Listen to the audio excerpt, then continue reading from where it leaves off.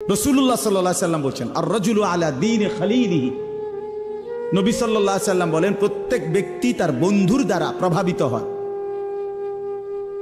বন্ধুর রঙে রঙিন হয়, বন্ধুর সাজে নিজেকে সাজায়। ফালিয়ানজুর আহাদুকুম মান ইউখালিলু, অতএব তোমরা লক্ষ্য রেখো, নবীজি বলছে কাকে বন্ধু বানাচ্ছ। মান ইউখালিলু, কাকে খলিল বন্ধু বানাচ্ছ। ও আমার ফ্রেন্ড, তো তারে দেখলে তো বোঝা যায় তুমি কোন ডকে। তার চেহারা, চুল, লেবাস, তার কথাবার্তার ঢং রং দেখলেই আন্দাজ করা যায় তুমি কেমন। বয়স্কদেরকেও চিনা যায়, নওজোয়ানকেও চিনা যায়। আমি অনেক সময় বলি বয়স্ক মানুষ যারা আপনারা, আপনার সাথে ডানে বামের সবাই 5-6 জন বসা, সবাই বিড়ি সিগারেট খায়, আপনি যদি এর মাঝখান দিয়ে বলেন যে আমি একজন জোনায়েদ বাগদাদি, না আমরা বুঝি চাচা, আমরা কোনো সিরা খাই না, আমরা ভাত খাই। আমরা আজকে দুপুরে ভাত খাইছি, সিরা দিয়ে পানি দিয়ে ভিজাইয়া খাইছি না। আপনার সাথে 5-6 জন বিড়ি খাই না বেড়াইতে লোক আপনি বইয়া রয়েছেন, আপনি জোনায়েদ বাগদাদি, আমরা বুঝি না। আপনি কি ডকের মানুষ বুঝেন নাই কথা? হ্যাঁ, এটাই বাস্তবতা। বন্ধু দেখে মানুষ চিনা যায়, সঙ্গী দেখে মানুষ চিনা যায়, সঙ্গী দেখে মানুষ চিনা যায়। রাসূলুল্লাহ সাল্লাল্লাহু আলাইহি সাল্লাম বলছেন লা তুসাহিব ইল্লা মুমিনান, মুমিন ছাড়া কাউকে বন্ধু বানাইও না। ওয়ালা ইয়াকুল মালাকা ইল্লা তাকিয়ুন, মুত্তাকি আল্লাহওয়ালা দিনদার ছাড়া নিজের মাল, নিজের সম্পদ মহব্বত ভরে কাউরে খাওয়াইও না। ঠেকাই পয়রা, বিপদে পয়রা, কোনো কারণে হইতে পারে, তার ভয়ে, তার আতঙ্কে, তার প্রভাবের কারণে তারে কিছু খাওয়াইলাম, দূর খাওয়াইলাম। কিন্তু আরেকটা হইলো আন্তরিকতা নিয়ে, মহব্বত নিয়ে, দরদ নিয়া, ভালোবাসা নিয়া। রাসূলুল্লাহ সাল্লাল্লাহু আলাইহি সাল্লাম বলেন খাওয়াইবা তাকে যে তাকি মুত্তাকি, যেন আমার এই সম্পদটা, এই টাকাটা যার পিছনে ব্যয় করলাম কাজে লাগবে, লোকটা নামাজি।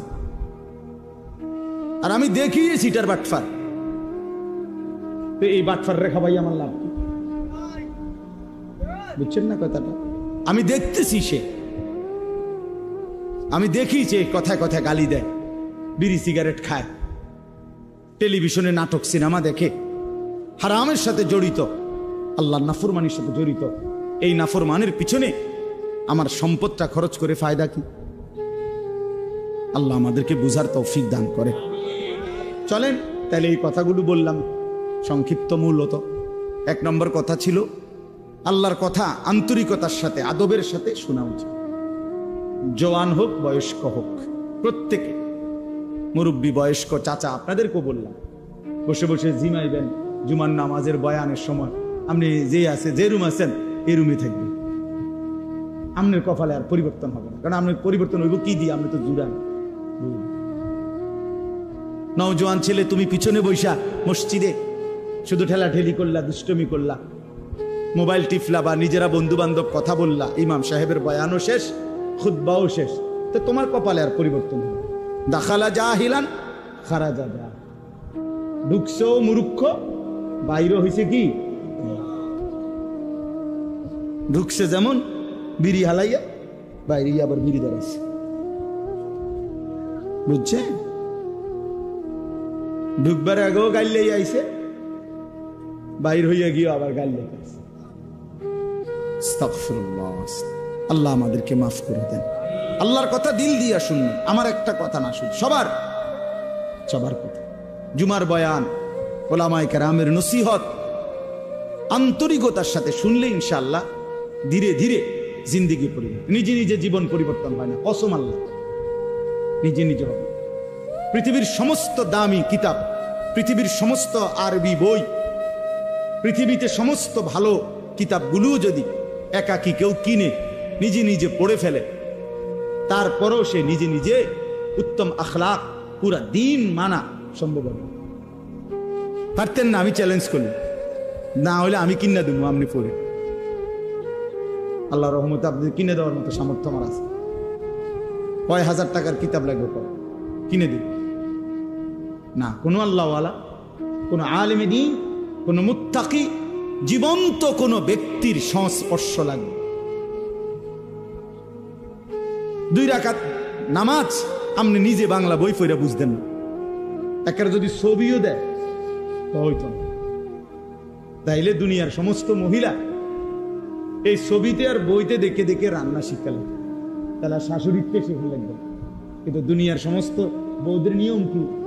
নিয়ম তো এটা না যে শাশুড়ির লগে কয়দিন কি করে 3 মাস 6 মাস মহিলারা রান্না শিখে। এই জন্য দয়া করে আমরা প্রত্যেকেই এটা বুঝতে হবে, ওলামায়ে কেরামের সাথে যাদের আন্তরিক পূর্ণ সম্পর্ক নাই তারা সহি সঠিক বিশুদ্ধ আমল থেকে বঞ্চিত হয়। অনেক লোক আছে লজ্জায় শরমে অথবা একটু আনইজি ফিল করে অথবা কিছুটা অহংকারী কারণে নিজের নামাজ, নিজের ওযু, নিজের সূরা কেরাত কেউ রে শুনায় না কোনো আলেম। হাবড়া রেডি পড়তে আছে কিতা জানি পড়ে না রে বাপ, ঠিক না। আমনে বুঝেন না ইমাম সাহেব সূরা কেরাত পড়ে কেমনে, আমনে পড়েন কেমনে? আমনে তো এটা আন্দাজ হওয়া উচিত কি রে হুজুরে পড়ে যেভাবে আমি তো পড়ি এরকম না, তাইলে হুজুরেরটার মতো যে আমার শুদ্ধ হয় না। এখন আমি যেমনি ভুল পড়িয়ে এটা দিয়া বেহেস্ত মিলবো কিনা এটা আপনি বুঝছেন নি আগে? আমার কথাটা বুঝছেন? ইমাম সাহেব কোরআন শরীফ পড়লে শুদ্ধ পড়তে হবে, আর আমনে মুক্তাদির কোরআন শরীফ অশুদ্ধ হইলেও চলবে। আমনে বেহেস্তে যাইতে হইলে ভুল কোরআন শরীফ পড়ে যাইবেন, আর আমি বেহেস্তে যাইতে হইলে শুদ্ধ কোরআন শরীফ পড়ে যাইতে হইবে। এই বেইনসাফি হলো কেন? কথা বুঝেন নাই? কি ব্যাপার? আমি নামাজ ঠিক করে পড়তে হইব, আমার সূরা কেরাত দোয়া কালাম আমি সব ঠিক কইরা তারপরে বেহেস্তে যাওয়ান লাগবো। আর আমনের সবগুলো ভুল নিয়া আমনে বেহেস্তে যাইবেন গা, বেহেস্তে এরকম মামুর বাড়ি হয়ে গেল কেমনি? এতটা সহজ হয়ে গেল কিভাবে?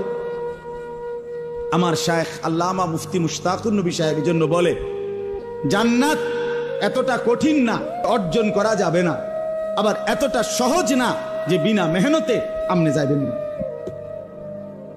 বুঝেন নাই আমার কথা? জান্নাত এতটা অসম্ভব নয় যে মেহনত কইরাও আমল করেও জান্নাতে যাওয়া যাবে না, না জান্নাত এত কঠিন না। আবার এতটা সহজও না যে টাকা 200 ইমাম সাহেবরে দিয়া আপনি বেহেস্তে যাইবেন না, না না, এটা আমনে চাচার শ্বশুর বাড়ি না। এর জন্য কোরআনুল কারীমের মধ্যে সমস্ত জায়গায় আছে বারবার আল্লাহ তাআলা বলছে জান্নাতের বিনিময় বান্দা কেন দিলাম তোমারে, জান্নাত কেন দিলাম, কেন দিলাম, কেন দিলাম? জাযাআম বিমা কানু ইয়ামালুন। আল্লাহ তাআলা বলছে বান্দা তুমি যে সারা জিন্দেগি আমল করেছ সেই আমলের বিনিময়ে জান্নাত দিলাম, আমলের বিনিময়ে দিলাম। জাযাআম বিমা কানু ইয়ামালুন ওয়ালানাজজিয়ান্নাহুম আজরাহুম বিআহসানি মা কানু ইয়ামালুন। রব্বুল আলামিন বলে বান্দা আমি রব্বুল আলামিন তোমার সমস্ত নেক আমলের বিনিময়ে আখিরাতে হাসরের ময়দানে সর্বোত্তম বিনিময় তোমাকে ফিরিয়ে দেব। রব্বুল আলামিন বলেন বান্দা এক যাররা এক বিন্দু ইন্নী লা উযীউ আমালা আমিলিন মিনকুম মিন যাকারিন আও উনসা। আল্লাহ বলে পুরুষ হও আর নারী হও, আমি রব্বুল আলামিন ওয়াদা দিলাম ঈমানের সাথে যতগুলো নেক আমল করেছো একটা আমলও আমি আল্লাহ নষ্ট হতে দেব না, আমি বিনিময় দেব, একটাও না। ইন্নী লা উযীউ, আমি নষ্ট করব না বান্দা, তোমার প্রতিটা আমল আমি আল্লাহ তাআলা বিনিময় দেব, ফিরিয়ে দেব, ফিরিয়ে দেব। এজন্য বাপ দুনিয়া মূল হিসাব না, আখিরাত মূল হিসাব। দোস্ত আমার, বন্ধু আমার, নওজোয়ান ছেলেরা আমার, এটা মনে রাখো ভাইয়া, আখিরাত মূল হিসাব, আখিরাত মূল হিসাব। আল্লাহ তাআলা আমাদেরকে ঈমানের দৌলত দান করছেন।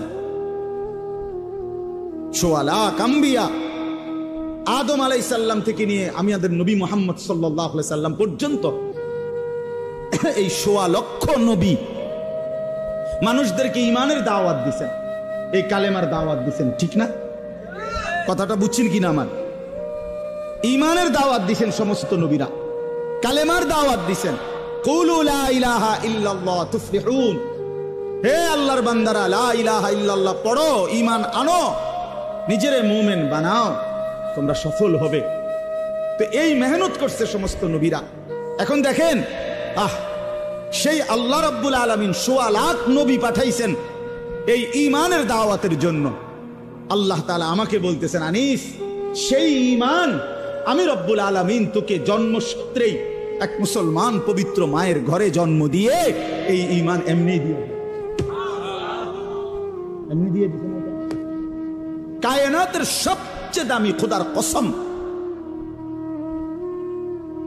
এই আসমান ও জমিনের সারা সৃষ্টি মখলুকাতের আল্লাহর জগতের সমস্ত কিছুর মধ্যে সর্বশ্রেষ্ঠ সবচেয়ে দামি সম্পদ ঈমান, লা ইলাহা ইল্লাল্লাহ।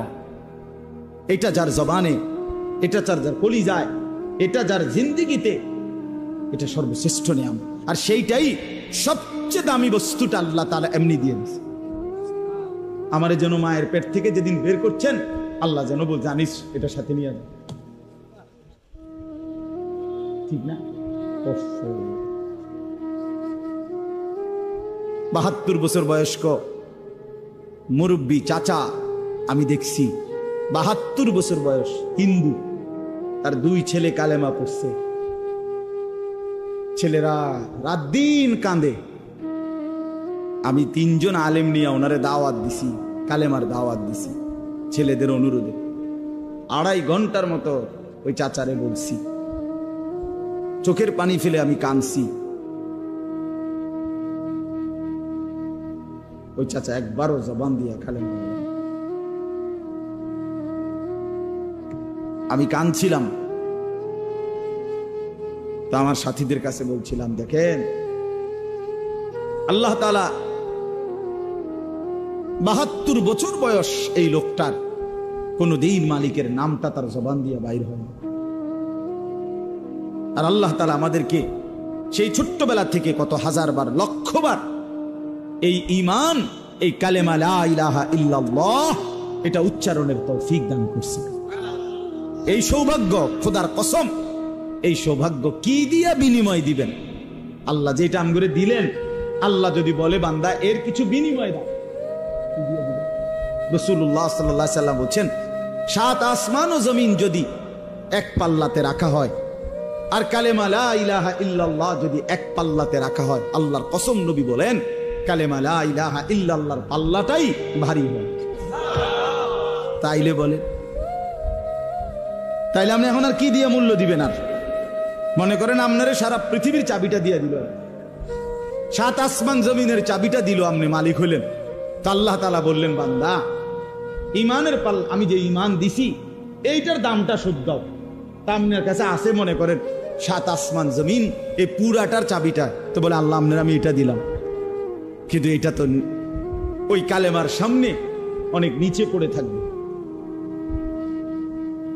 এত দামি নিয়ামত আল্লাহ তাআলা আমাদেরকে দিছেন। এই ঈমান যাকে আল্লাহ দিছেন, মুসলমান যাকে আল্লাহ বানিয়েছেন, আমার ভাই, আমার এই কথা অল্প গদ্দুর কথা, মনোযোগ দিয়ে শুনেন। আল্লাহ তাআলা যাকে ঈমানের দৌলত দিছেন, কালেমার সম্পদ দিছেন, আমাদেরকে মুসলমান পরিচয় দেওয়ার মতো নিয়ামত দিছেন, আমরা বলতে পারি, বলি, রাত দিন নিজের পরিচয় দেই মুসলমান। আমাদেরকে আল্লাহ তাআলা এই শ্রেষ্ঠতম নিয়ামত দিয়ে আল্লাহ তাআলা ওয়াদা দিছেন, বান্দা তুমি একটা, আমি তোমারে এমনিতেই দিলাম, এই যে ঈমান এমনিই দিছি, আর একটা জিনিস তুমি আমারে বুঝাইয়া দাও, বিনিময়ে আমি আল্লাহ আমার অনন্তকালের জান্নাত তোমারে বুঝাই দেব, তোমারে বুঝাই দেব। আল্লাহ তাআলা বলছেন। মনে করেন, বিশ্বাস করেন, আমার বাবাদেরকেও বলি, ভাইয়া তোমাদেরকেও বলি, যে মুসলমান হওয়ার পরে আখিরাত বুঝে না, সে কোনো মুসলমান না, আসলেই না। হয় কোনো মুসলমানে না, হয় কোনো ইমানদারে না। যে কবর বুঝে না, মউত বুঝে না, হাসরের মাঠ বুঝে না, মিজান বুঝে না, আমল নামা বুঝে না, ফুলসেরাত বুঝে না, এই কোনো কিছু যার কলিজার মধ্যে নাই,